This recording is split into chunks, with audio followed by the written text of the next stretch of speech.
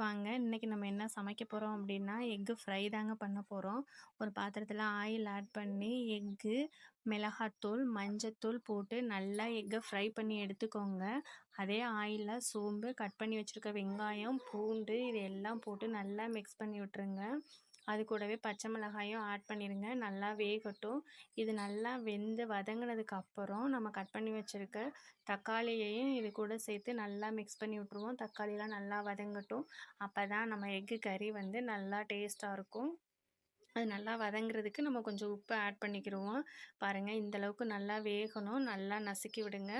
அதுக்கப்புறம் நம்ம already boil பண்ணி வச்சுருக்க உருளைக்கிழங்கையும் நல்லா மசிஞ்சு விட்டு இந்த கிரேவியில் சேர்த்து விட்டுறலாம். அது நல்லா வேகட்டும். அடிப்பிடிச்சிடாமல் நல்லா கிண்டி விட்டுட்டே இருங்க.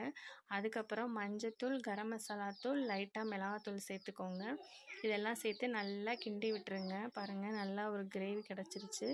இதில் நமக்கு தேவையான அளவு தண்ணி ஊற்றிக்கோங்க. கம்மியாக தானே தண்ணி சேர்த்துக்கோங்க.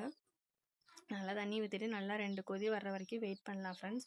அதுக்கப்புறம் நம்ம பாயில் பண்ணி அந்த ஃப்ரை பண்ணி வச்சுருக்க அந்த முட்டையும் அது கூட சேர்த்து நல்லா மிக்ஸ் பண்ணி விட்டுருக்கோம் அப்படின்னா நமக்கு எக்கு கறி வந்து ரெடி ஆயிடுச்சு. பாருங்கள், எக்கை வந்து நம்ம ஃப்ரை பண்ணி இதில் போட்டிருக்கோம் அப்படிங்கிறனால எக்கு கறி வந்து இன்னும் நல்லா டேஸ்ட்டு தரும்.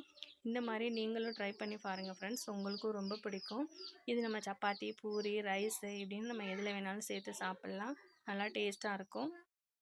Thank you friends. நெக்ஸ்ட் வீடியோவில் பார்ப்போம். கமெண்ட் பண்ணுங்கள் பிடிச்சிருந்துச்சுன்னா.